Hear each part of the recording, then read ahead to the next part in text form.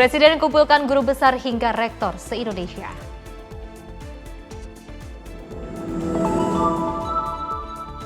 Kantor pajak digeledah oleh KPK.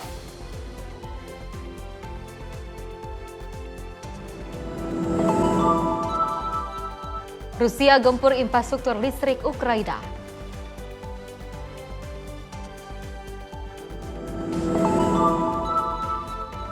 Diduga dibunuh, mahasiswi tewas di depan kamar kos.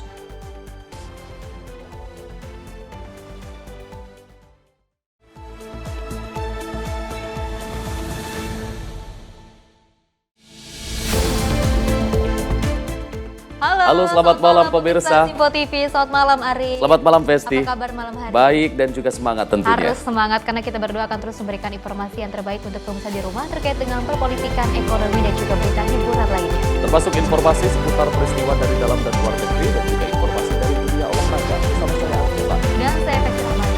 Menyapa kita malam.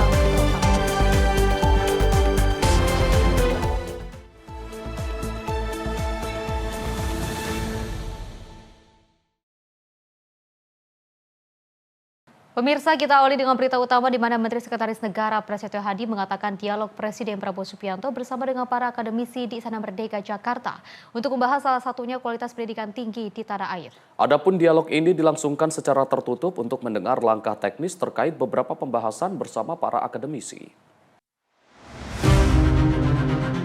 Pertemuan Presiden Prabowo bersama 1.200 pimpinan pendidikan tinggi, yakni rektor, guru besar, hingga dekan di Istana Merdeka Jakarta untuk menyerap aspirasi para akademisi untuk memajukan lini sektor khususnya di bidang sosial dan humaniora.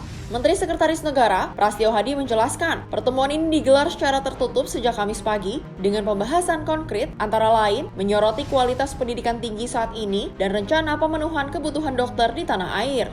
Sejauh ini, dua pembahasan yang dapat diungkapkan pihak istana. Selain itu, masih banyak hal yang rencananya turut dibahas oleh Presiden Prabowo Subianto bersama kalangan akademisi. Macam-macam ya, jadi kan sebenarnya diskusinya ini juga sudah dimulai oleh Kementerian Dikti Saintek misalnya berkenaan dengan bagaimana kita mempercepat pemenuhan kebutuhan dokter kita yang berdasarkan data kita masih kekurangan hampir di atas 100 ribuan. Ini kan kita harus cari cara ini bagaimana untuk bisa mempercepat. Kemudian juga kualitas lembaga-lembaga pendidikan kita, universitas-universitas kita, baik dosennya, baik sarana prasarananya, termasuk kita sedang menghitung dan berpikir bagaimana bisa mengurangi beban operasional di setiap perguruan-perguruan tinggi negeri kita. Karena kita menyadari bahwa sesungguhnya amanat konstitusi, kita harus mencerdaskan kehidupan bangsa dan salah satunya ya melalui pendidikan di tingkat universitas. Sehingga kalau memungkinkan kita sedang coba menghitung bagaimana universitas-universitas ini dapat maju dan berkualitas dan tidak memberatkan dari sisi pembiayaan bagi masyarakat atau bagi mahasiswa. Dari Jakarta, Max Munte, Simpo TV melaporkan. Selain itu, pemirsa, Presiden Prabowo Subianto mengundang ribuan pimpinan pendidikan tinggi se-Indonesia untuk berdialog mengenai sejumlah sektor program pemerintah saat ini. Dialog kali ini dihelat untuk membahas sejumlah sektor di bidang sosial dan juga humaniora.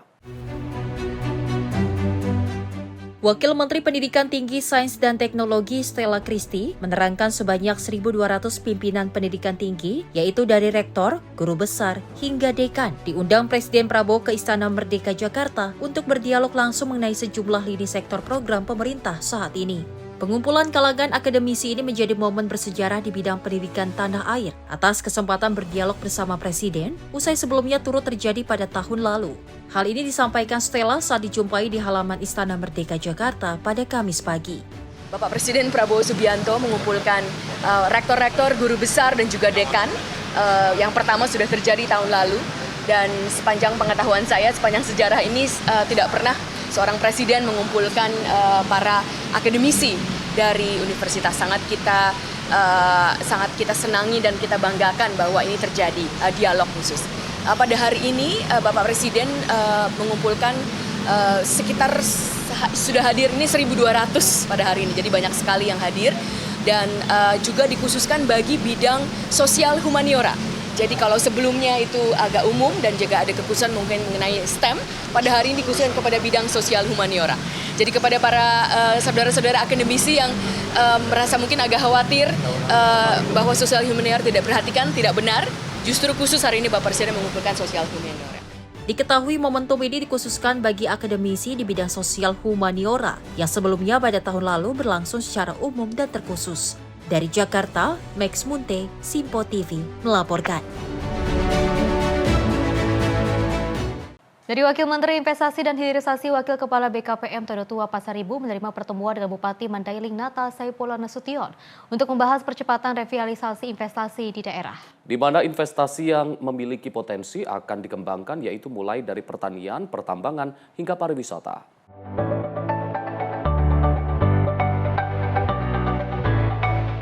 Wakil Menteri Investasi dan Hilirisasi, Wakil Kepala Badan Koordinasi Penanaman Modal BKPM, Todotua Pasaribu, menerima audiensi Bupati Mandailing Natal, Saipullah Nasution, di kantor Kementerian Investasi dan Hilirisasi BKPM Jakarta. Pertemuan tersebut sebagai bagian dari upaya sinergi antara pemerintah pusat dan pemerintah daerah dalam mempercepat pelaksanaan investasi. Diketahui, Kabupaten Mandailing Natal memiliki beragam potensi investasi yang menarik dari energi terbarukan, pertanian dan perkebunan, pertambangan, hingga pariwisata, didukung oleh realisasi investasi yang signifikan dan upaya pemerintah daerah untuk memperkuat iklim investasi. Namun pengembangan sektor-sektor tersebut perlu diimbangi dengan pengelolaan yang berkelanjutan dan peningkatan infrastruktur. Oleh karena itu, Kementerian Investasi juga siap mendampingi dan memastikan setiap langkah hilirisasi di daerah berjalan dengan baik dan lancar. Tim Redaksi Simpo TV melaporkan. Pemirsa, Komisi Ketiga Dewan Perwakilan Rakyat Republik Indonesia berdialog bersama mahasiswa hukum Universitas Ahmad Yani. Kegiatan ini digelar sebagai upaya penguatan pemahaman hukum dan demokrasi di kalangan generasi muda. Dalam dialog tersebut, mahasiswa diajak memahami fungsi DPR Republik Indonesia serta proses pembentukan undang-undang. Isu pemberantasan korupsi menjadi salah satu fokus pembahasan. Komisi 3 DPR RI menggelar dialog bersama mahasiswa hukum Universitas Ahmad Yani. Kegiatan ini bertujuan memberikan pemahaman mendalam terkait peran dan fungsi DPR RI, khususnya dalam proses legislasi dan pengawasan terhadap penegakan hukum. Dalam forum terbuka ini, mahasiswa diberikan ruang untuk berdiskusi dan menyampaikan pandangan kritis terkait berbagai isu hukum nasional. Salah satu isu utama yang mengemuka adalah pemberantasan korupsi yang dinilai masih menjadi tantangan serius di Indonesia. Anggota Komisi 3 DPR RI menegaskan, upaya melawan korupsi tidak cukup hanya dengan regulasi, namun juga memerlukan pengawasan yang kuat, integritas aparat, serta partisipasi aktif masyarakat. Mahasiswa diajak untuk berpikir kritis dan berperan aktif dalam mengawal proses demokrasi agar pemberantasan korupsi tidak berhenti pada wacana, melainkan dapat berjalan secara nyata dan berkelanjutan. Sudah ada undang-undangnya dan kita juga sebagai lembaga yang melakukan pengawasan terhadap KPK ini memberikan masukan bagi kita bahwa masyarakat luas masih menginginkan bahwa KPK bekerja dengan lebih baik. Jadi tiga terus melakukan pengawasan dan melakukan koordinasi dengan KPK untuk lebih meningkatkan hasil-hasil daripada proses masalah yang berhubungan dengan korupsi. Dialog ini diharapkan mampu membangun kesadaran hukum sekaligus menumbuhkan semangat anti korupsi di kalangan mahasiswa sebagai calon pemimpin dan penjaga demokrasi di masa depan. Tim Redaksi Simpo TV melaporkan. Informasi lainnya, pemirsa, Kapolri Jenderal Listio Sigit Prabowo meresmikan 19 jembatan merah putih presisi di Desa Cucukan, Prambanan, Klaten, Jawa Tengah. Peresmian ini merupakan bentuk komitmen Polri dalam menindaklanjuti arahan Presiden Prabowo Subianto terkait pembangunan infrastruktur dasar bagi masyarakat.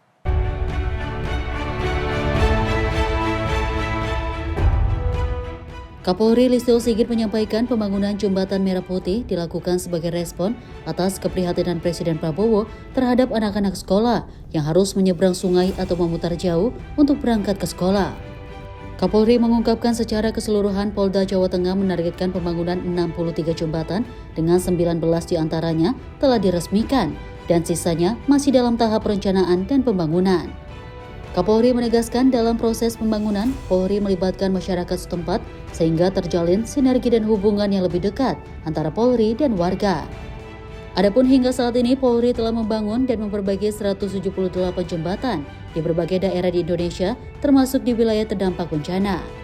Dengan dibangunnya jembatan merah putih presisi ini, diharapkan akses masyarakat, khususnya anak sekolah dan petani, semakin mudah sekaligus mendorong pertumbuhan ekonomi desa. Apresiasi kepada Bapak Kapolda Jawa Tengah dan jajarannya yang bergerak cepat untuk menindaklanjuti apa yang menjadi arahan Bapak Presiden terkait dengan keprihatinan beliau melihat anak-anak yang bersekolah terpaksa harus menyeberang atau berputar jauh. Dan alhamdulillah dari rencana 63 jembatan, hari ini telah diresmikan 19 jembatan secara serentak dan sisanya saat ini sedang dalam proses baik evaluasi perencanaan maupun proses pembangunan.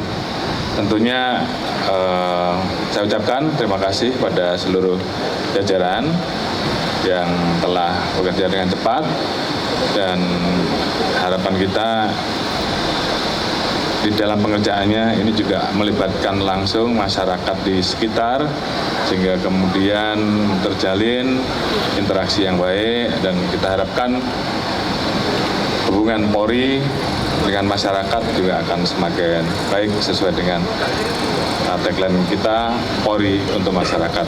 Jihan Nabila, Sinpo TV melaporkan.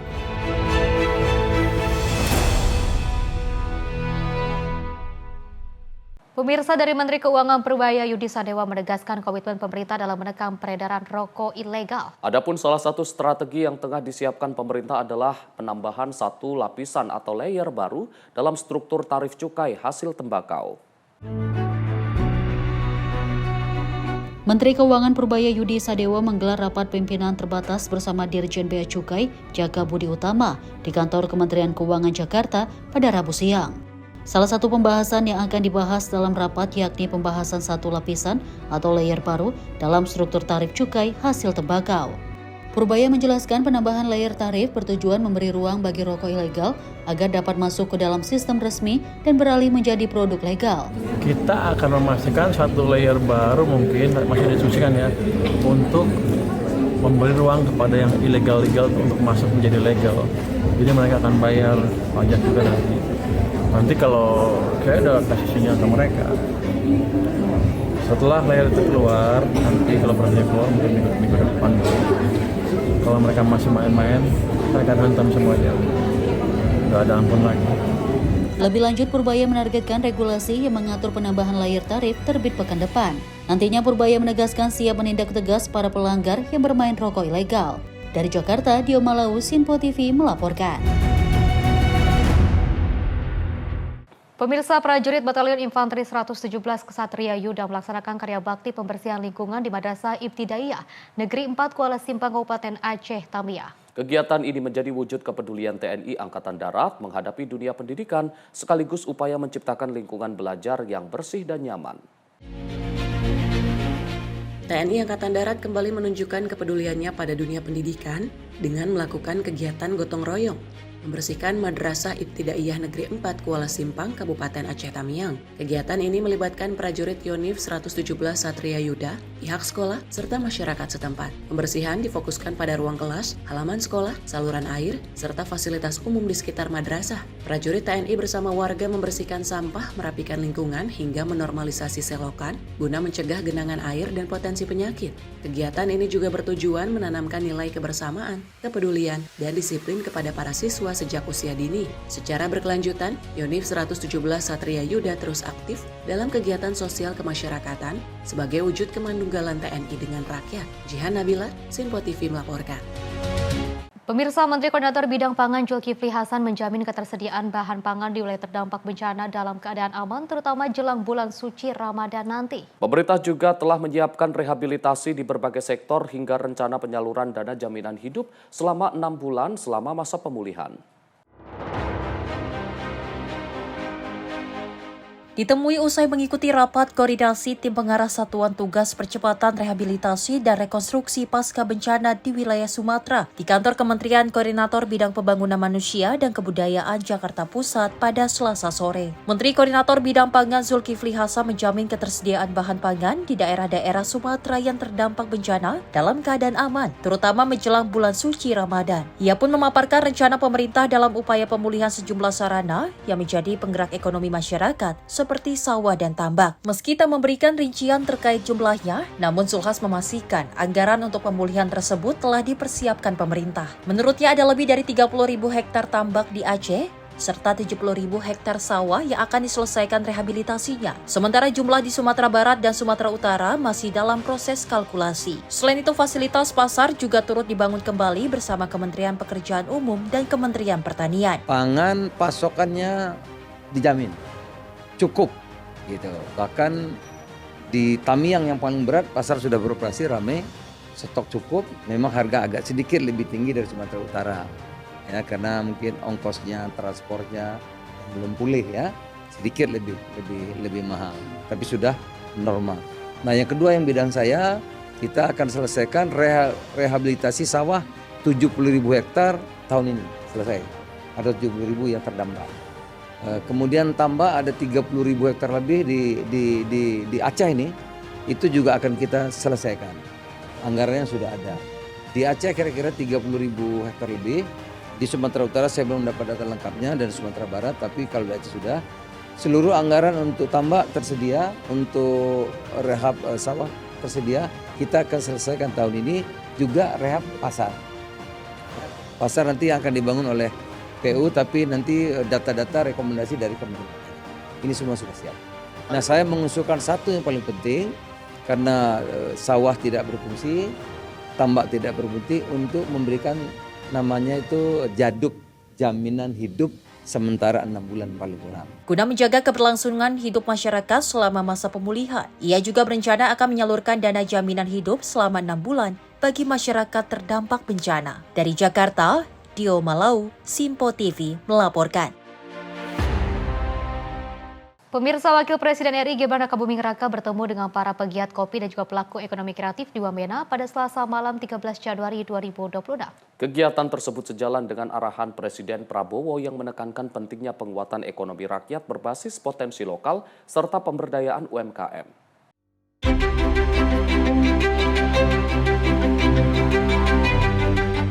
Sebagai bagian dari rangkaian kunjungan kerja di Wamena, Provinsi Papua Pegunungan, Wakil Presiden RI Gibran Rakabuming Raka bertemu dengan para pegiat kopi dan pelaku ekonomi kreatif pada Selasa malam 13 Januari 2026.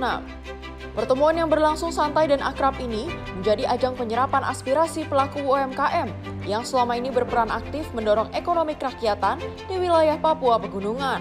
Dalam kesempatan itu, Wapres berdiskusi bersama Asosiasi Petani dan Pegiat Kopi Papua Pegunungan (PPKPP) yang dibentuk pada tahun 2022. Asosiasi ini dibentuk dengan tujuan untuk merangkul anak muda Jayawijaya dan saat ini menaungi petani serta pegiat kopi dari 8 kabupaten di Provinsi Papua Pegunungan.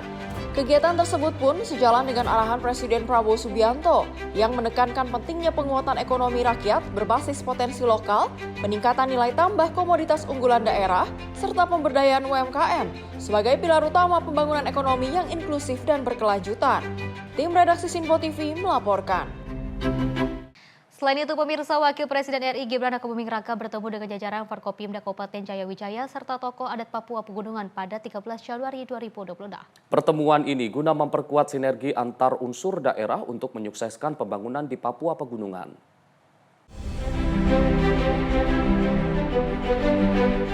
Wakil Presiden RI Gibran Rakabuming Raka bersilaturahmi dengan jajaran Forum Koordinasi Pimpinan Daerah atau Forkopimda Kabupaten Jayawijaya serta para tokoh agama, tokoh adat, dan tokoh masyarakat pada Selasa 13 Januari 2026. Dalam kesempatan itu, Wapres menegaskan pentingnya dialog terbuka sebagai kunci jaga stabilitas, persatuan, dan harmoni sosial di tengah keberagaman masyarakat. Wapres memastikan aspirasi, pandangan, dan dinamika lokal bisa terserap secara utuh sebagai bagian dari upaya membangun kebijakan yang responsif dan berkeadilan. Pertemuan tersebut pun sejalan dengan arahan Presiden Prabowo yang menekan pentingnya persatuan dan kolaborasi lintas sektor dalam menjaga ketertiban, memperkuat kepercayaan publik, serta mendorong percepatan pembangunan daerah. Kehadiran lintas unsur dalam pertemuan tersebut pun dinilai mencerminkan komitmen bersama untuk menjaga persatuan dan mendukung agenda pembangunan nasional di Papua Pegunungan. Tim redaksi Simpo TV melaporkan. Pemirsa, perkuat kedaulatan Indonesia, percepat penyelesaian wilayah perbatasan, informasinya usai jeda berikut ini.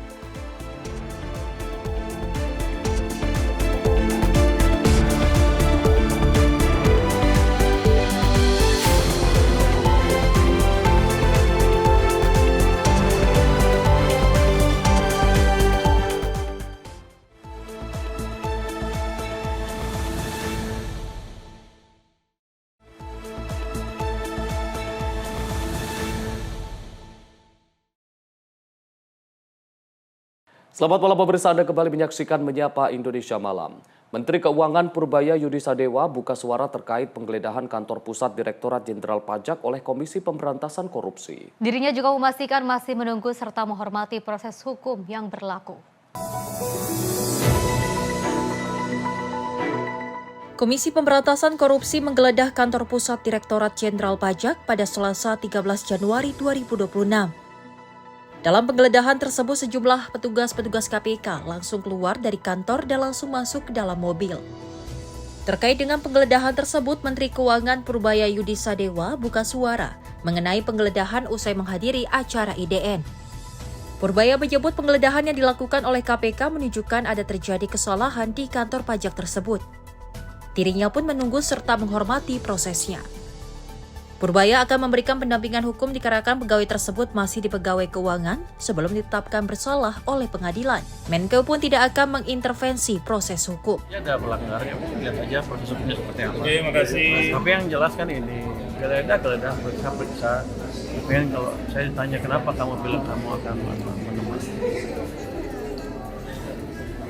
menemani mendampingi secara hukum, itu kan pasti pegawai keuangan sebelum dia diperiksa bersalah di pengadilan, dia masih pegawai keuangan. Jadi kan kita dampingi terus, tapi nggak ada intervensi dalam pengertian saya datang mereka stop ini stop itu. Dari Jakarta, Tio Malau, Simpo TV melaporkan. Pemirsa, Menteri Koordinator Bidang Pangan Zulkifli Hasan menjamin ketersediaan bahan pangan di wilayah terdampak bencana dalam keadaan aman, terutama jelang bulan suci Ramadan nanti. Tentunya pemirsa, pemerintah juga telah menyiapkan rehabilitasi di berbagai sektor hingga rencana penyaluran dana jaminan hidup selama 6 bulan selama masa pemulihan. Ditemui usai mengikuti rapat koordinasi tim pengarah Satuan Tugas Percepatan Rehabilitasi dan Rekonstruksi Pasca Bencana di wilayah Sumatera di kantor Kementerian Koordinator Bidang Pembangunan Manusia dan Kebudayaan Jakarta Pusat pada Selasa sore. Menteri Koordinator Bidang Pangan Zulkifli Hasan menjamin ketersediaan bahan pangan di daerah-daerah Sumatera yang terdampak bencana dalam keadaan aman, terutama menjelang bulan suci Ramadan. Ia pun memaparkan rencana pemerintah dalam upaya pemulihan sejumlah sarana yang menjadi penggerak ekonomi masyarakat, seperti sawah dan tambak. Meski tak memberikan rincian terkait jumlahnya, namun Zulhas memastikan anggaran untuk pemulihan tersebut telah dipersiapkan pemerintah. Menurutnya ada lebih dari 30.000 hektar tambak di Aceh, serta 70.000 hektar sawah yang akan diselesaikan rehabilitasinya. Sementara jumlah di Sumatera Barat dan Sumatera Utara masih dalam proses kalkulasi. Selain itu, fasilitas pasar juga turut dibangun kembali bersama Kementerian Pekerjaan Umum dan Kementerian Pertanian. Pangan pasokannya dijamin cukup gitu. Bahkan di Tamiang yang paling berat, pasar sudah beroperasi ramai, stok cukup. Memang harga agak sedikit lebih tinggi dari Sumatera Utara ya, karena mungkin ongkosnya, transportnya belum pulih ya, sedikit lebih mahal, tapi sudah normal. Nah, yang kedua yang bidang saya, kita akan selesaikan rehabilitasi sawah 70.000 hektar tahun ini selesai. Ada 70.000 yang terdampak. Kemudian tambah ada 30.000 hektar lebih di Aceh ini, itu juga akan kita selesaikan. Anggarannya sudah ada. Di Aceh kira-kira 30.000 hektar lebih. Di Sumatera Utara saya belum dapat data lengkapnya, dan Sumatera Barat, tapi kalau di Aceh sudah. Seluruh anggaran untuk tambak tersedia, untuk rehab sawah tersedia, kita akan selesaikan tahun ini juga rehab pasar. Pasar nanti yang akan dibangun oleh PU, tapi nanti data-data rekomendasi dari Kementerian. Ini semua sudah siap. Nah, saya mengusulkan satu yang paling penting, karena sawah tidak berfungsi, tambak tidak berfungsi, untuk memberikan namanya itu jaduk, jaminan hidup sementara 6 bulan paling kurang. Guna menjaga keberlangsungan hidup masyarakat selama masa pemulihan, ia juga berencana akan menyalurkan dana jaminan hidup selama 6 bulan bagi masyarakat terdampak bencana. Dari Jakarta, Dio Malau, Simpo TV melaporkan. Sementara itu, pemirsa, Menteri Pertanian Amran Sulaiman mengungkapkan bahwa pihaknya mengusulkan untuk meminta tambahan anggaran kepada Komisi 4 DPR. Tambahan anggaran ini juga diperuntukkan untuk dilakukannya pemulihan pasca bencana seperti rehabilitasi lahan sawah yang rusak ringan, sedang maupun berat. Menteri Pertanian Amran Sulaiman mengatakan bahwa kebutuhan anggaran untuk pemulihan sektor pertanian pasca bencana Sumatera mencapai 6,6 triliun. Anggaran tersebut terdiri atas 1,49 triliun dari alokasi anggaran pendapatan belanja negara Kementerian Pertanian tahun 2026 dan usulan tambahan anggaran sebesar 5,1 triliun untuk menangani dampak bencana. Hal itu disampaikannya saat menghadiri rapat kerja bersama Komisi 4 DPR di Kompleks Parlemen Senayan, Jakarta. Pasalnya, Amran menilai alokasi anggaran bersumber dari APBN kementeriannya belum cukup untuk menutup seluruh kebutuhan pemulihan sektor pertanian akibat dampak bencana yang cukup luas. Tadi kita raker dengan Komisi 4, kami ucapkan terima kasih kepada Ibu Ketua Komisi 4, Wakil Ketua Komisi 4, anggota Komisi 4, yang kami hormati, kami banggakan, kami ucapkan terima kasih atas supportnya selama ini.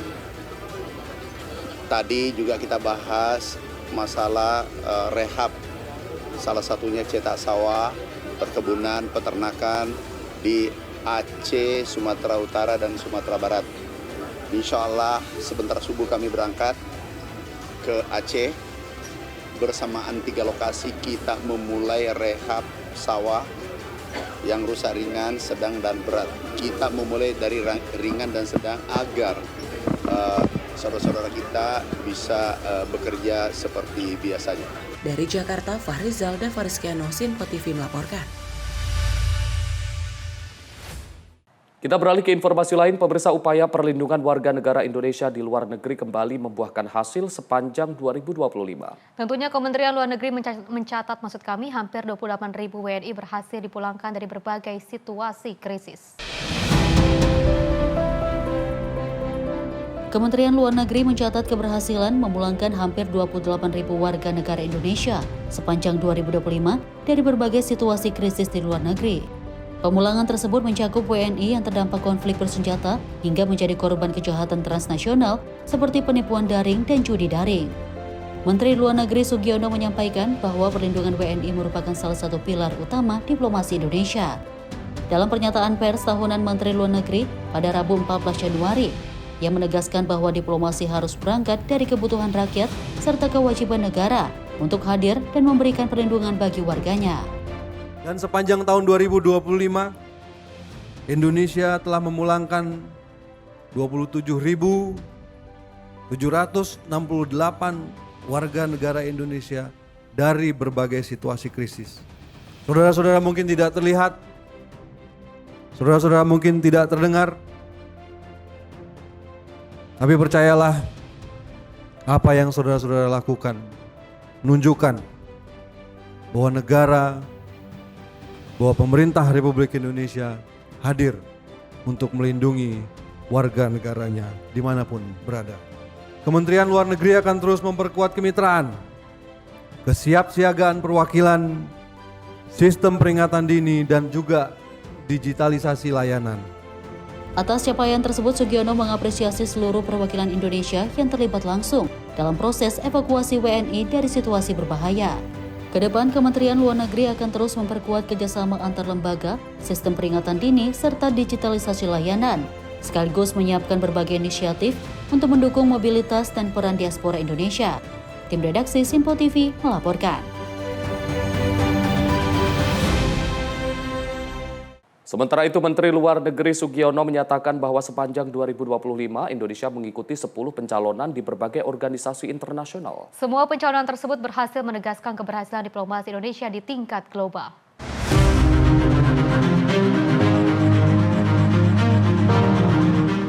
Dalam acara pernyataan pers tahunan di kantor Kementerian Luar Negeri Jakarta pada Rabu 14 Januari, Menteri Luar Negeri Sugiono menegaskan bahwa sepanjang 2025, Indonesia telah mengikuti 10 pencalonan strategis di berbagai organisasi internasional sebagai bagian dari diplomasi ketahanan.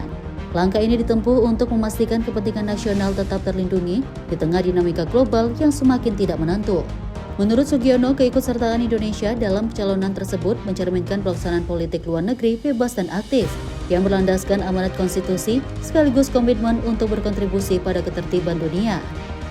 Pencalonan itu mencakup sektor-sektor strategis seperti perdamaian dan keamanan, hukum internasional, hak asasi manusia, pembangunan berkelanjutan, kesehatan dan pendidikan, serta mengantarkan Indonesia terpilih sebagai Presiden Dewan HAM PBB tahun 2026.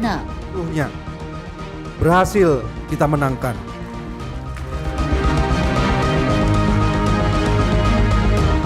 Ini bukan sekedar angka, tapi soal pengaruh dan dampak. Dan wujud kepercayaan kita terhadap prinsip-prinsip multilateralisme itu sendiri. Mulai tahun 2026, Indonesia memegang berbagai peran kepemimpinan penting. Indonesia melalui Badan Pemeriksa Keuangan Republik Indonesia menjadi satu dari 3 negara anggota Dewan Auditor PBB periode 2026-2032. Dan saya mengucapkan terima kasih saya khususnya kepada Wakil Menteri Luar Negeri Arman Hatta Nasir yang telah menggawangi, membina dan membimbing upaya-upaya diplomasi Indonesia di panggung multilateral.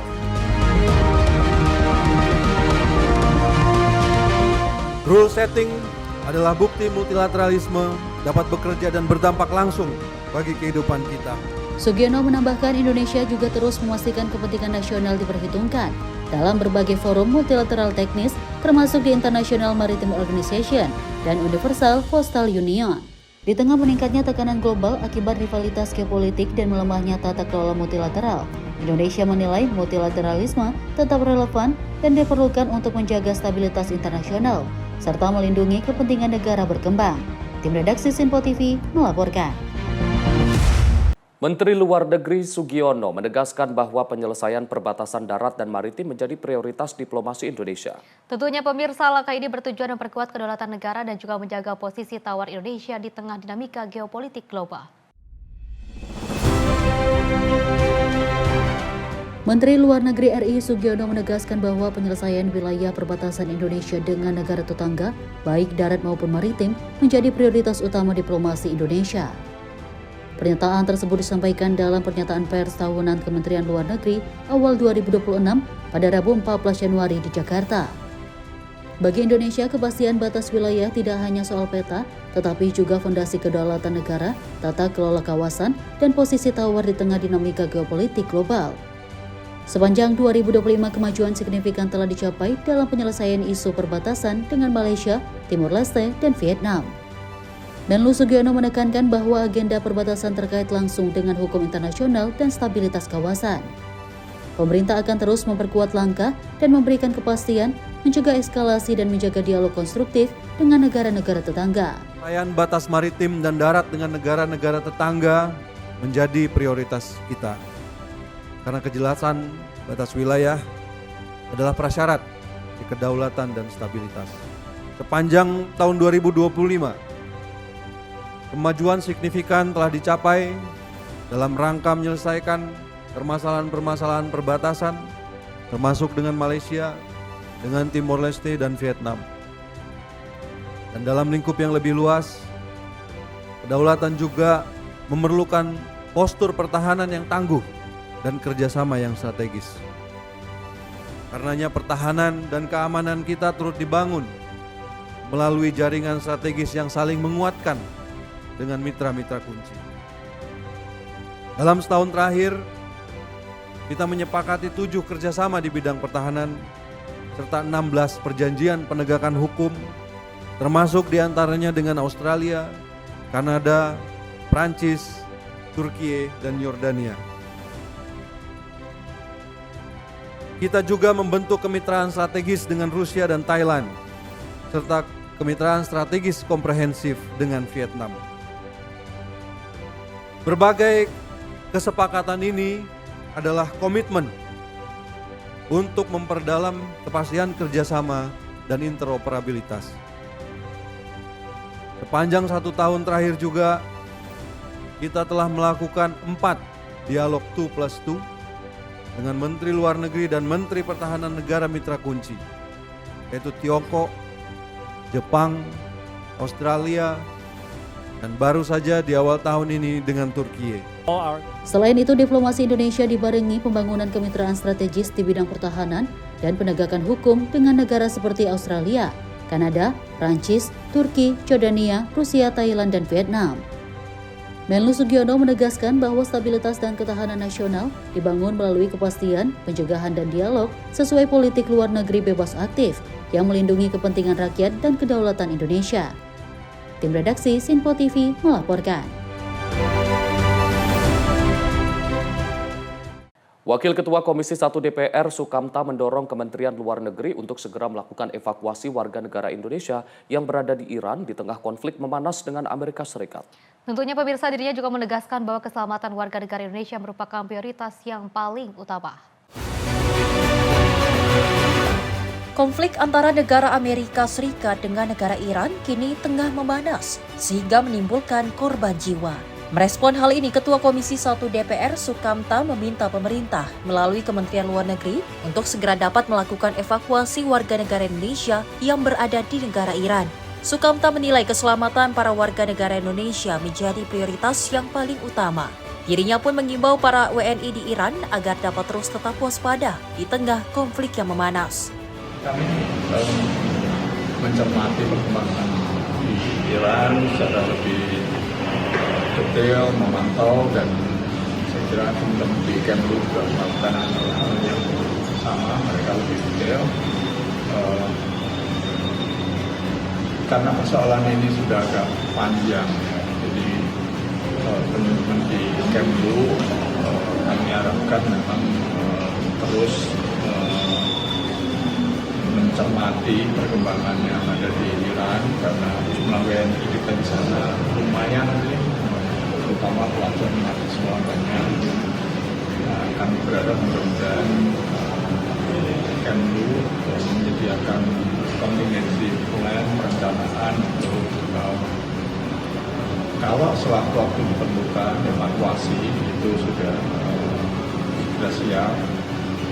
Selama ini himbauan untuk meningkatkan kewaspadaan, hati-hati sudah dilakukan, menjauhi tempat-tempat yang kira-kira itu membuat mereka tidak aman juga sudah dilakukan.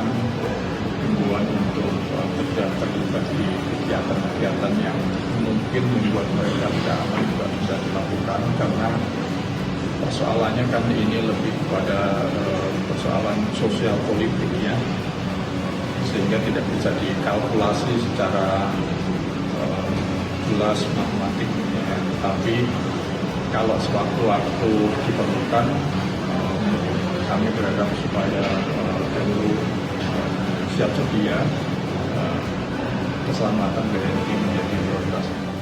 Dari Jakarta, Farizal Ahmad Amin, Sinpo TV melaporkan. Pemirsa, seorang demonstran mengalami luka serius di wajah setelah terkena proyektil yang ditembakkan agen federal dari jarak dekat saat aksi protes di depan gedung imigrasi federal di Santa Ana, California. Insiden tersebut terekam dalam video dan juga menjadi perhatian nasional. Aksi protes tersebut digelar sebagai bentuk protes atas tewasnya Reddy Good di Minneapolis yang ditembak agen federal. Peristiwa itu memicu gelombang unjuk rasa di berbagai kota di Amerika Serikat. Korban luka diidentifikasi sebagai Caden Ramler, mahasiswa berusia 21 tahun. Dalam video, Ramler terlihat berorasi menggunakan megafon bersama demonstran lain di hadapan gedung federal. Situasi memanas saat petugas bersenjata lengkap menghampiri kerumunan dan menarik salah satu demonstran ke arah tangga gedung. Tak lama kemudian, sebuah kerucut oranye terlihat menggelinding ke arah plaza. Petugas selalu maju dan melepaskan amunisi pengendali massa ke arah demonstran. Ramler dan sejumlah peserta aksi melangkah maju sambil berteriak. Seorang petugas kemudian menembakkan proyektil dari jarak beberapa meter yang mengenai wajah Ramler. Ramler terlihat memegang wajahnya dan terjatuh ke tanah. Wajahnya bersimbah darah, sementara demonstran lain berteriak meminta petugas menjauh. Dalam rekaman video, seorang petugas menarik Rambler melintasi tanah menuju gedung federal. Kemudian Rambler terlihat diborgol dengan posisi tertelungkup.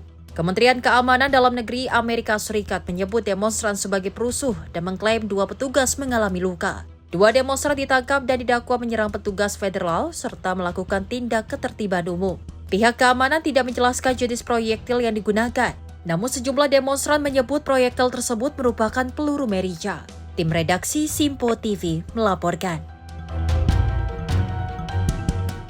Kita beralih ke informasi lain, pemirsa. Para seniman dari berbagai negara berkumpul dalam kompetisi es internasional di kota Changchun untuk mengubah es dan salju menjadi mahakarya yang menakjubkan. Ajang ini tidak hanya menjadi pertunjukan keahlian seni, tetapi juga sarana pertukaran budaya antar seniman dari berbagai negara.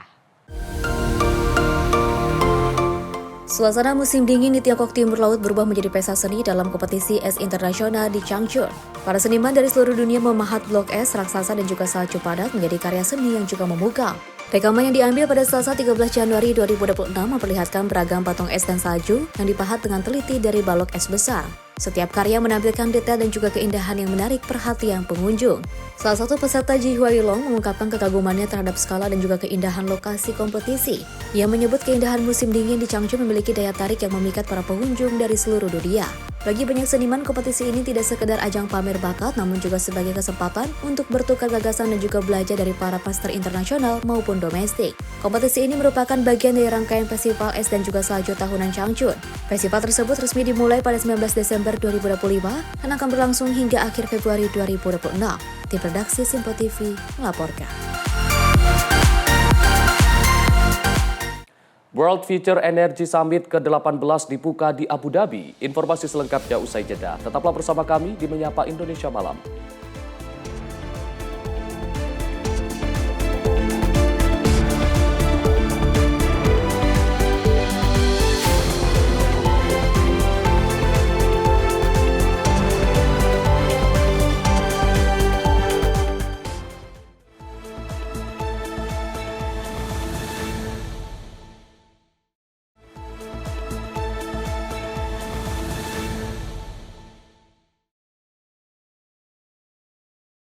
Terima kasih pemirsa, Anda masih bersama kami dan kita lanjutkan informasinya. World Future Energy Summit edisi ke-18 resmi digelar di Abu Dhabi. Ajang ini menampilkan berbagai inovasi energi bersih, kendaraan masa depan, hingga teknologi robotik yang menarik perhatian pengunjung.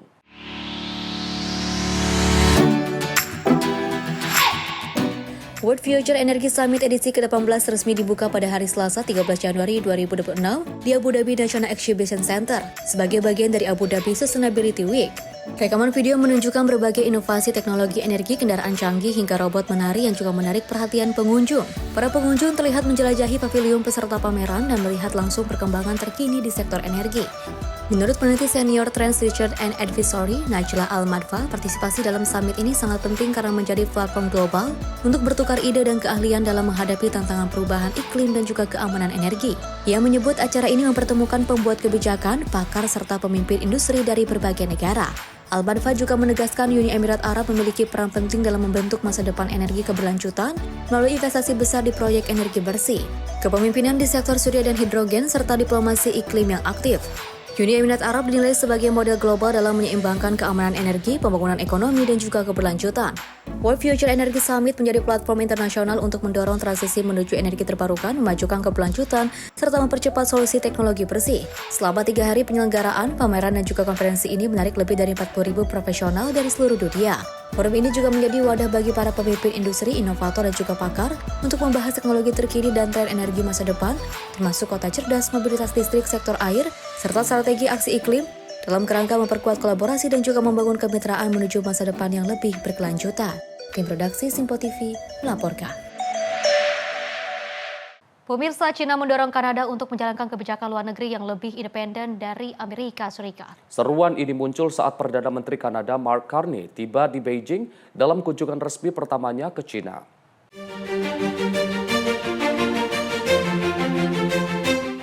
Media negara Cina menyebut kunjungan Kerry sebagai kesempatan bagi Ottawa untuk membangun otonomi strategis dan tidak lagi selalu mengikuti arah kebijakan Washington. Kanada selama ini dikenal sebagai salah satu sekutu terdekat Amerika Serikat. Namun Beijing menilai kebijakan agresif Presiden Donald Trump termasuk tarif dan aksi militer dapat merenggangkan hubungan tersebut. Pemerintah Cina sebelumnya menentang upaya Presiden Amerika Serikat Joe Biden yang memperkuat aliansi dengan Eropa, Australia, India, dan Kanada untuk menghadapi China. Kini Beijing melihat peluang untuk melemahkan ikatan tersebut. Mark Carney juga menekankan kunjungannya ke Cina berfokus pada perdagangan. Ia menyebut Kanada perlu membangun kemitraan baru guna mengurangi ketergantungan ekonomi pada pasar Amerika Serikat. Di bawah Presiden Trump, Kanada dikenai tarif ekspor ke Amerika Serikat. Trump juga pernah menyatakan Kanada bisa menjadi negara bagian ke-51 Amerika Serikat. Hubungan Kanada dan Cina sempat memburuk selama lebih dari 6 tahun di era Perdana Menteri Justin Trudeau. Ketegangan dimulai setelah penahanan eksekutif teknologi Cina atas permintaan Amerika Serikat pada tahun 2018.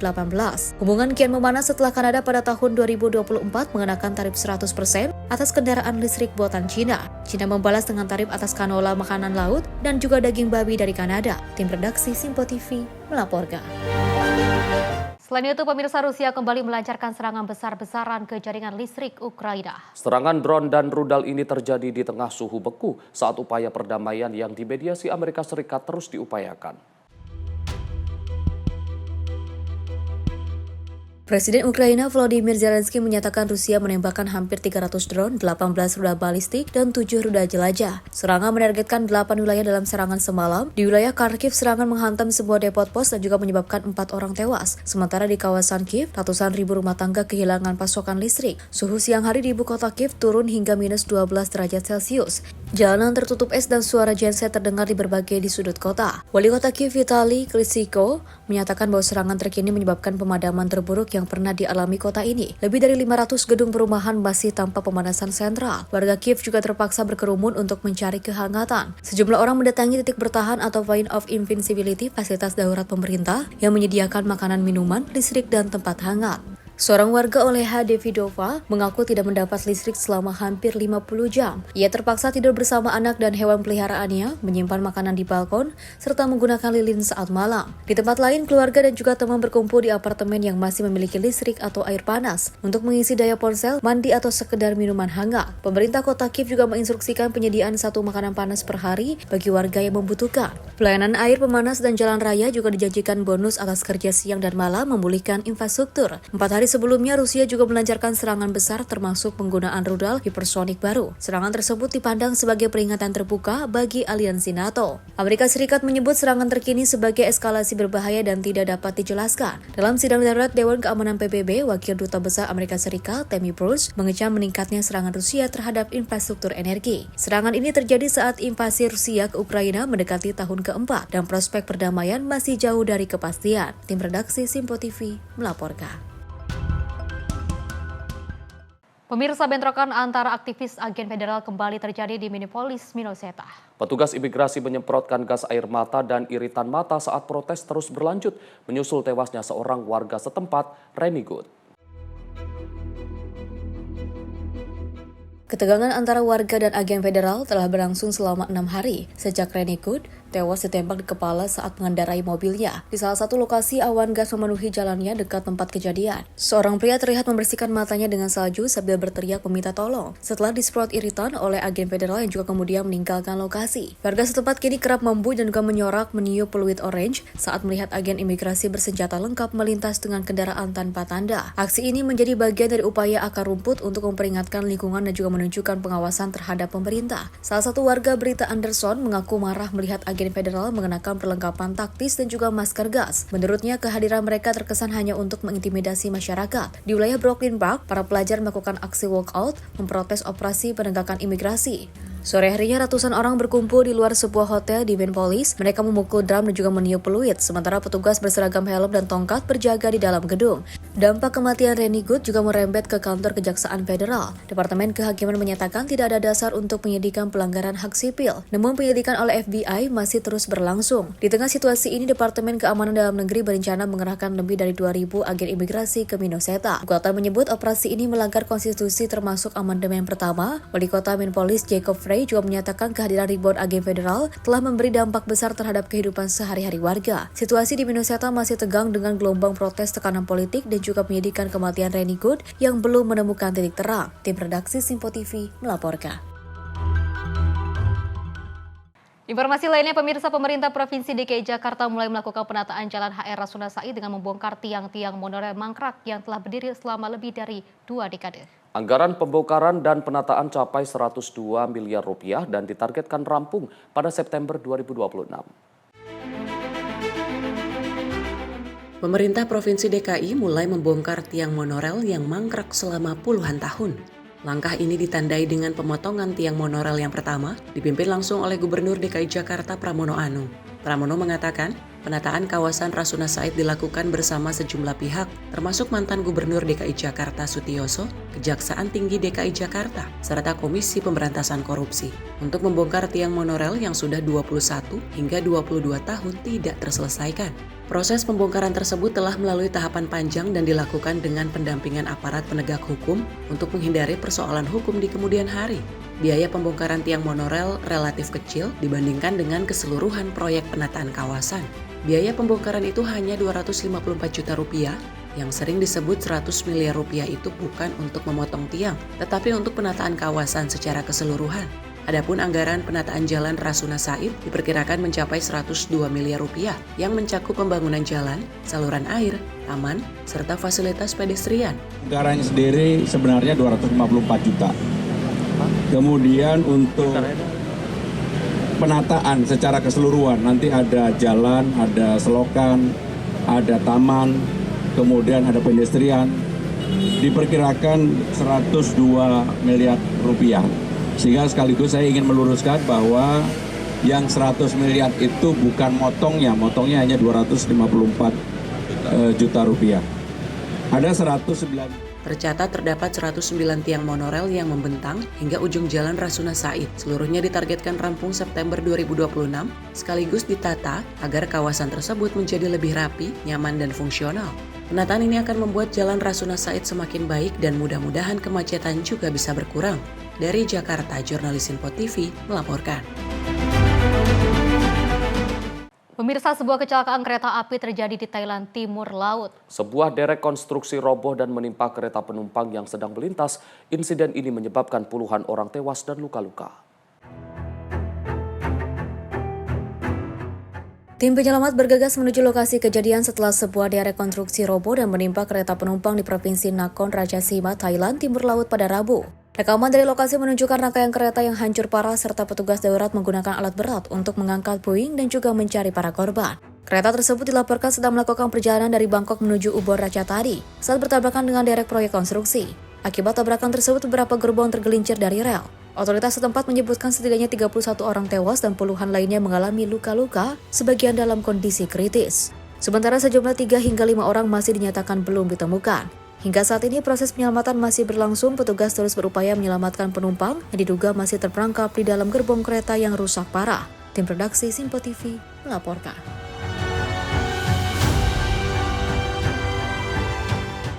Pemirsa, informasi terjadi ledakan di area tambang milik PT Antam di kawasan Nanggung, Kabupaten Bogor yang ramai di media sosial. Ternyata ada kekeliruan. General Manager PT Antam Nilus Rahmat mengungkapkan ledakan yang juga terjadi bukan berasal dari tambang milik Antam.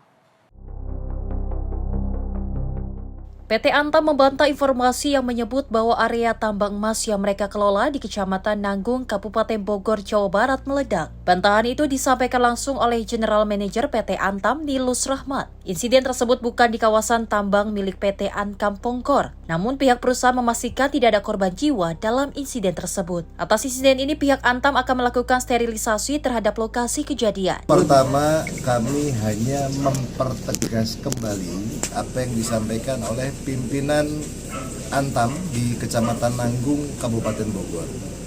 Tentunya masyarakat pada saat mendengar sesuatu hal, sama halnya dengan kami, mendengar ada masyarakat kami yang menjadi korban, kami langsung buru-buru datang untuk memastikan kebenaran berita tersebut. Nah, setelah kami sampai di Kecamatan Nanggung, terima kasih banyak, respon dari Kapolres Bogor cukup sigap, respon dari Dandim Bogor cukup sigap. kami datang ke Koramil Nanggung untuk segera menggelar rapat. Kami undang pimpinan Antam, Forum Koordinasi Pimpinan Kecamatan Nanggung, untuk mendapatkan informasi yang valid dan sebenar-benarnya. Perusahaan menyampaikan klarifikasi atas informasi yang beredar di media sosial dan sejumlah pemberitaan terkait dengan adanya ledakan di area tambang, serta klaim ratusan orang terjebak di dalam tambang. Kami sampaikan di sini bahwa informasi tersebut tidak benar. Video yang beredar merupakan dokumentasi penanganan kondisi teknis berupa asap di area tambang bawah tanah di level 600 Ciuruk yang terdeteksi pada hari Selasa dini hari 13 Januari 2026 sekitar pukul 00.30 WIB. Dari Bogor, Jawa Barat, jurnalis Simpo TV melaporkan. Pemirsa, kepolisian tengah mendalami informasi yang beredar di masyarakat terkait dengan dugaan kecelakaan kerja di area tambang emas PT Antam, Kecamatan Nanggung, Kabupaten Bogor, Jawa Barat pada Rabu 14 Januari 2026.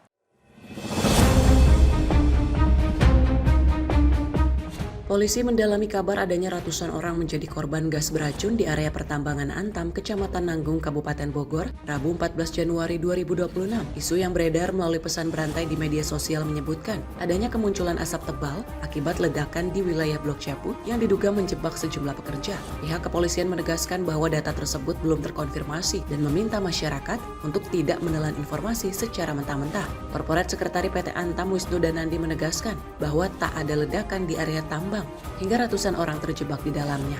Ia menerangkan video yang beredar merupakan dokumentasi penanganan kondisi teknis di area tambang bawah tanah yang telah diantisipasi dan ditangani sesuai dengan prosedur keselamatan dan standar operasional perusahaan. Tim redaksi Simpo TV melaporkan. Pemirsa, nyamar jadi badut polisi tangkap Raja Curanmor Palembang. Informasinya usai jeda berikut ini.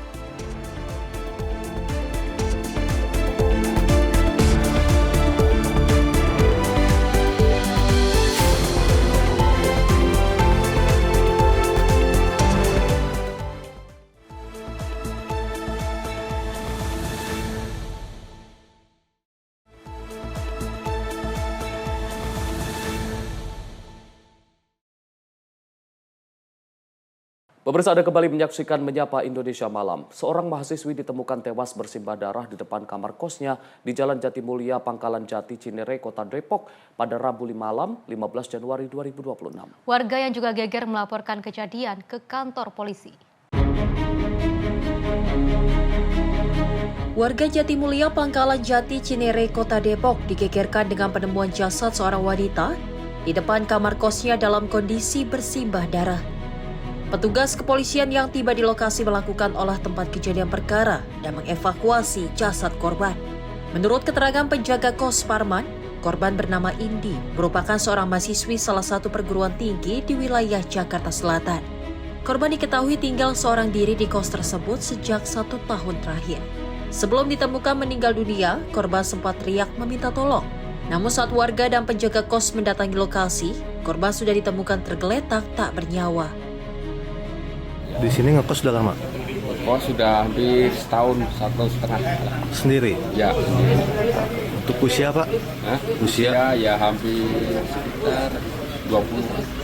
Biasa-biasa aja, cuman ya pergi kuliah, pulang sore gitu aja sih. Berarti udah setahun dan sendiri ya, Pak? Iya. Pak, tadi darahnya dari mana aja, Pak? Apanya? Darahnya? Darahnya itu dari muntahan dia waktu batuk di kamar mandi. Mungkin kan udah keluar dari kamar mandi udah banyak ya kan. Begitu dia mau minta tolong ke ibu yang depan rumah itu dia udah nggak kuat, jadi jatuh di depan pintu itu tadi. Sempat teriak minta tolong atau gimana, Pak? Sempat teriak minta tolong cuma nggak ada suaranya. Hingga saat ini penyebab pasti kematian mahasiswi berusia 20 tahun tersebut masih dalam penyelidikan.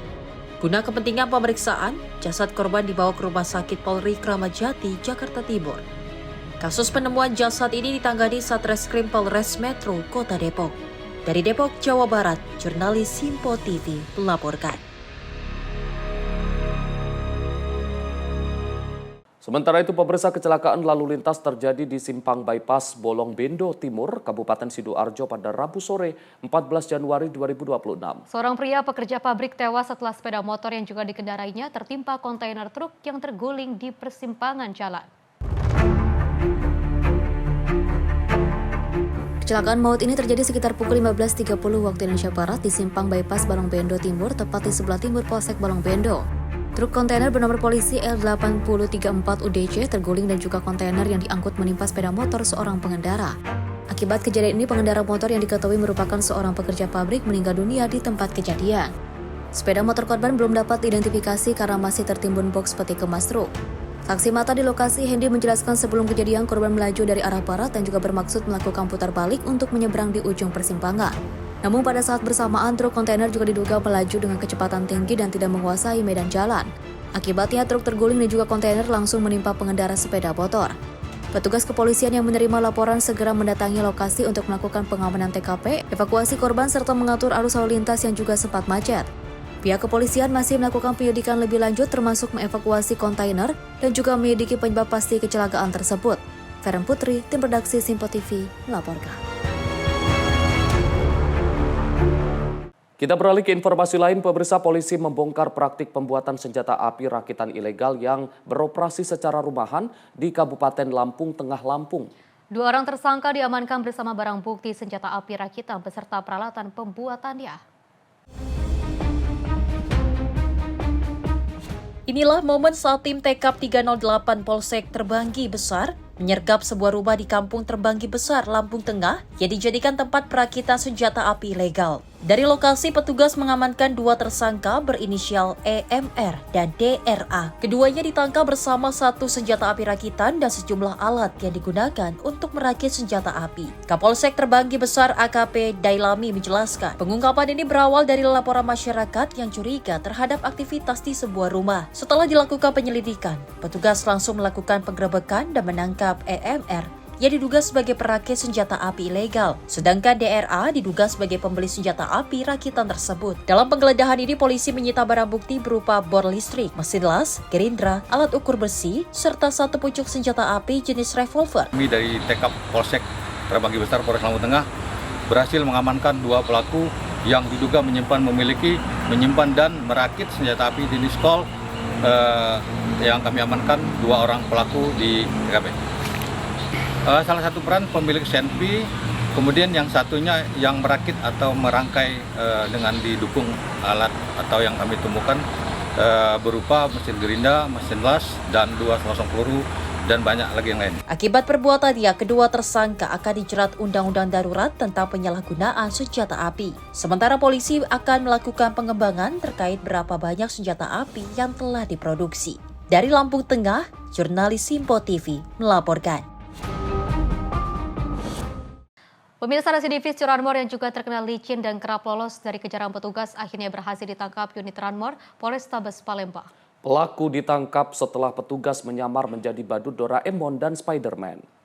Persiapan Kiat Kap Raja Curanmor. Ini Spider, ini badutnya. Dengan menyamar sebagai karakter Doraemon dan Spider-Man, unit Ranmor Polrestabes Palembang berhasil meringkus tersangka pencurian sepeda motor yang dikenal licin dan kerap lolos dari penangkapan polisi. Penyamaran ini membuahkan hasil setelah petugas berpura-pura meminta sumbangan ke rumah warga. Masa yang menghalangi, alhamdulillah. Jaga belakang. Bawa aja dia. Mana saja? Tersangka berinisial JS ditangkap di kediamannya di Jalan Kiai Wahid Hashim, Lorong Terusan 1, Palembang.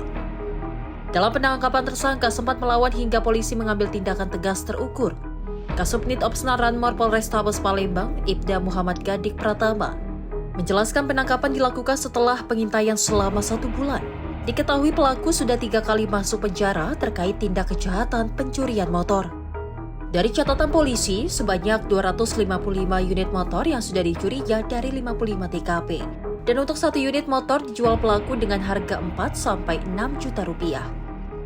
Penyelidikan sudah kami lakukan selama sebulan, hampir sebulan lamanya. Dan seminggu ke belakang ini baru kami putuskan untuk langsung menangkap pelaku ini. Dan juga cara yang kami gunakan untuk menggunakan pakaian badut ini, Doraemon dan Spiderman ini, ada langkah karena pelaku ini terkenal sangat antisipasi. Contohnya saja di sekitar rumahnya itu dipasang CCTV. Sehingga kalaupun ada anggota yang masuk ke dalam lingkungan rumah tersebut akan sangat susah untuk kami menangkapnya. Jadi kami memakai metode menggunakan baju badut ini untuk menangkap pelaku. Bang, sudah berapa motor yang dicuri pelaku ini, Bang? Berapa TKP, Bang? Kalau kebetulan pelaku ini adalah residivis yang sudah 3 kali. Terakhir pelaku ini keluar di tahun 2024, sekitar bulan 8. Kemudian semenjak dari sana sampai saat ini, pelaku itu sudah melakukan kurang lebih sebanyak 55 TKP. Jadi hampir total pelaku ini melakukan kejahatan curanmor khususnya itu sekitar 255 TKP. Saat ini tersangka telah ditahan dan dijerat pasal berlapis dengan ancaman hukuman maksimal 6 tahun penjara. Dari Palembang, Sumatera Selatan, jurnalis Simpo TV melaporkan. Pemirsa, diduga hendak melakukan aksi pencurian sepeda motor seorang pemuda di Durensawit, Jakarta Timur berhasil ditangkap warga pada Rabu malam. Pasalnya ditemukan sejumlah kunci letter T dan duplikat kunci motor dari tas pria tersebut. Seorang pemuda tak berkutik saat ditangkap warga di Kampung Sumur Klender, Durensawit, Jakarta Timur. Dirinya ditangkap lantaran sempat menunjukkan gerak-gerik yang mencurigakan. Pemuda ini sempat berkelit saat ditanya oleh warga. Namun dari dalam tasnya ditemukan sejumlah kunci letter T dan kunci duplikat sepeda motor. Diduga pemuda ini hendak melakukan aksi pencurian sepeda motor di kawasan tersebut. Guna menghindari amukan massa, dirinya langsung diamankan oleh petugas kepolisian. Tadi saya lewat depan dermaga, Pak. Saya ngelihat ini seorang kayak mencurigakan gitu. Pertama dia kayak ngangkat batu gitu, Pak. Ngangkat batu, saya kira dia mau ngambil narkoba apa gimana. Saya gepin. Nah, dia lari. Dia panik, Pak. Dia panik, makanya saya kejar. Jadi saya curiga, makin curiga. Soalnya motor teman saya hilang juga, Pak. Daerah sini. Nah, saya periksa, ternyata bener, Pak. Di dalam itu kayak ada kunci T, kunci-kunci buat bobol-bobol, kunci-kunci kontak gitu. Terus itu ada apa? Ada uang-uang receh, cuman dia ngakunya uang temennya dia, Pak. Tapi ini masih belebetan dia ngakunya, Pak. Masih belum benar. Tadi barang yang dicuri apa? Barang yang dicuri, itu saya belum lihat barang apa. Soalnya dia pas saya gepin, dia langsung lari, Pak. Langsung lari ke depan, saya kejar. Jadi diduga dia mau akan melakukan ya? Iya, kayak gitu, Pak. Dia ngakunya anak mana, Pak? Ngakunya anak Kampung Sumur. Gitu aja sih, Pak. Katanya RT 13, RW 17. Guna kepentingan penyelidikan lebih lanjut, kasusnya kini ditangani unit Reskrim Polsek Durensawit, Jakarta Timur. Dari Jakarta Timur, jurnalis Simpo TV melaporkan.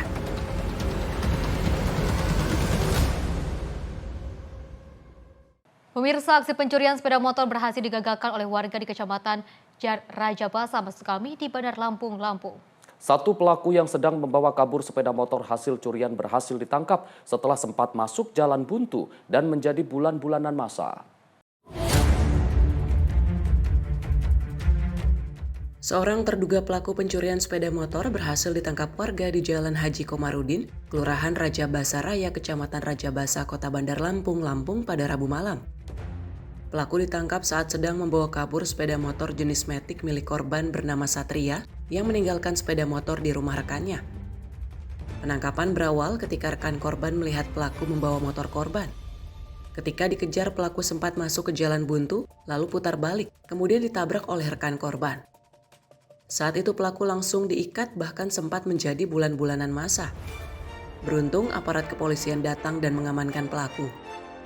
Rekan korban menyebut dalam aksi pencurian ini, satu rekan pelaku berhasil melarikan diri. Sementara dari badan pelaku yang berhasil ditangkap ditemukan satu pucuk senjata tajam. Kawan gua tadi mancing, nah gua tinggal motor gua naik mobil. Nah pas mancing tadi dikabarin komeng ini katanya ini ya, gua langsung buru sini. Alhamdulillahnya ya tangkap sih, Bang. Ketangkapnya tadi gimana? Kita ngejar? Gua kalau itu gua kurang tahu ini nih saksi. Kawan ya? Yang saksi ini nih. Awalnya kita orang keluar dulu, Bang. Kirain kita orang itu teman, taunya nggak ada. Nah langsung lari itu orang itu. Makin curiga kan kita orang kejar, belok ke gang itu, gang buntu. Muter balik dia, kita orang tabrak di situ. Pelaku berapa orang, Bang? 2 orang, tapi yang satu yang lolos. Dia ini yang bawa motor korban ya? yang kita bawa motor teman saya yang di Mali. Pelaku bawa motor apa? Nggak kelihatan, Mbak. Bawa senjata tajam.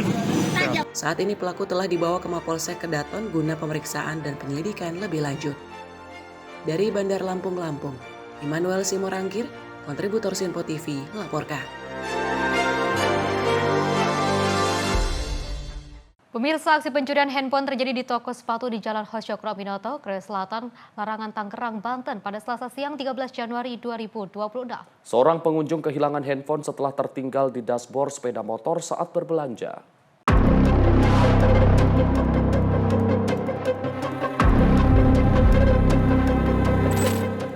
Aksi pencurian handphone terjadi di toko sepatu di Jalan Hosyokro Aminoto, Kreas Selatan, Larangan, Tangerang, Banten pada Selasa 13 Januari 2026.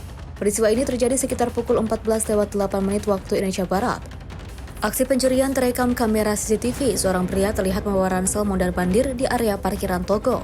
Pelaku diduga mengintai barang milik pengunjung yang tertinggal di kendaraan. Setelah situasi dinilai aman, pelaku langsung menghampiri sepeda motor korban dan juga mengambil handphone yang disimpan di dashboard motor. Pemilik HP baru menyadari usai belanja dan kembali ke sepeda motornya, namun HP-nya sudah hilang. Susendi Adika Priyanto, tim redaksi Sinpo TV melaporkan. Pemirsa, aksi tawuran antar kelompok remaja terjadi di wilayah Surau Akro, Pangasinan, Kecamatan Kasawangan, Kota Depok pada Rabu 14 Januari 2026 malam. Dua kelompok remaja terlibat tawuran di wilayah Surau Akro, Pangasinan, Kecamatan Sawangan, Kota Depok pada Rabu 14 Januari 2026 malam.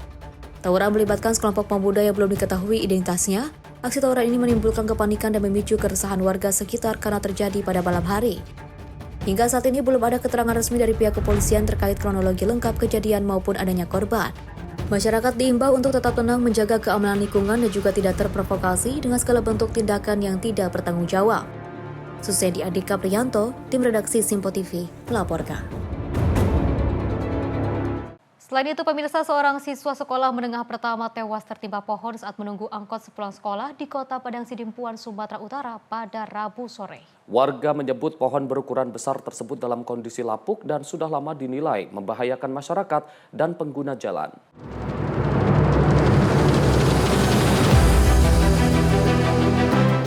Rekaman video ponsel warga merekam kondisi sesaat setelah sebatang pohon besar tumbang di Jalan Raya Inal Siregar, Kota Padang Sidimpuan, Sumatera Utara.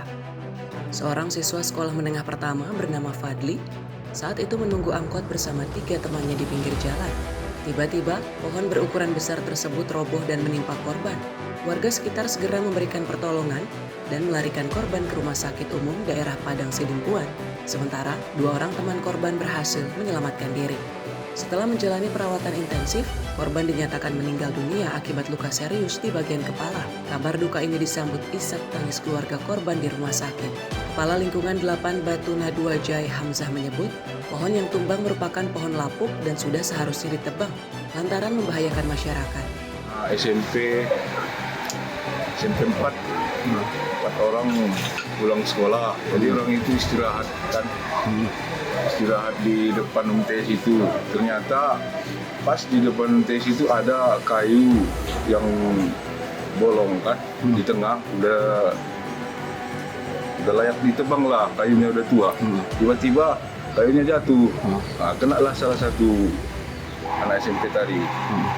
Dia yang korban namanya si Pandi.